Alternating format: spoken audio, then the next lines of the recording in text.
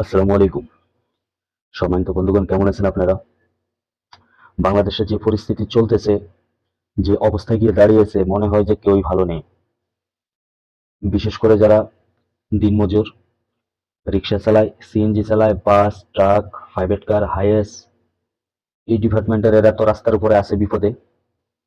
যারা বাজারে দোকানদারি করে, তাদের দোকানে লক্ষ কোটি টাকার মাল আছে, চিন্তা করে জ্বালায় দেয় কিনা, লুট করে নিয়ে যায় কিনা, তারপরে কোনো ধরনের অ্যাক্সিডেন্ট ঘটে দেয় কিনা, কোনো যা ঝামেলায় ফালায় কিনা, তারা আছে আরো বিপদে।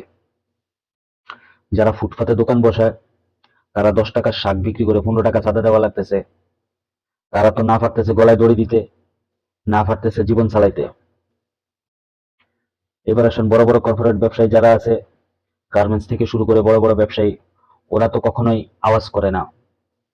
ওদের আপনার 2 বান্ডিলের জায়গায় 4 বান্ডিল গেলেও তারা চুপ করে থাকে।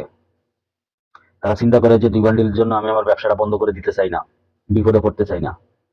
এখন আমার কথা হচ্ছে, ভিডিওটা যারা শুনতেছেন, একটু কল্পনা করে দেখেন তো, ছোটবেলায় কখনো মাছ শিকার করতে গেছেন কিনা, কোনো পুষ্করিতে বা নদীতে, খালে, বিলে, যখন সেখানে ওই যে বিষ দিয়া মাছ ধরা হয় বা ওই জাল টেডা দিয়া মাছ ধরা হয়, একটা মাছ লাফ দিয়া যখন ধরেন আপনি ধরতে গেলেন, লাফ দিয়ে আমার কাছে চলে আসছে, আপনি কি কখনো আমার কাছ থেকে মাছটা নিতে পারছেন?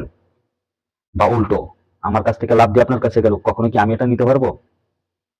আপনি বলবেন না, আমি পেয়েছি, আমি কেন দেব, কিন্তু প্রথমে আমি ধরছিলাম। এমন ঘটনা আপনাদের সাথে ঘটছে কিনা অবশ্যই কমেন্টে জানাবেন। দ্বিতীয় কথা হচ্ছে, এখানে একটা মাছ যেহেতু আমি ধরার পর আমার হাত থেকে অন্যের হাতে গেছে, সে আমাকে দিচ্ছে না, তাহলে আমি আমার পকেটের টাকা কেন ছাড়া দেবো? এই বিষয়টা আপনারা চিন্তা করবেন। আপনার রক্ত ফানি করে উপার্জিত টাকা আপনি কেন দেবেন? আর যারা দেখেন চাঁদা নিচ্ছে একজনের মানুষের কাছ থেকে জোর করে, ধমকি হুমকি দিয়ে, আপনারা যারা দেখতেছেন তারা যা ধরেন, দুইটা একটু কসলানি দিয়ে দেন। কোথায় কসলাবেন বুঝেন তো, কেন একদম লাল করে দেবেন। দ্বিতীয়ত হচ্ছে ধর্ষণ। যারা ধর্ষণ করতেছে তারা নিঃসন্দেহে পুরুষ ছেলে।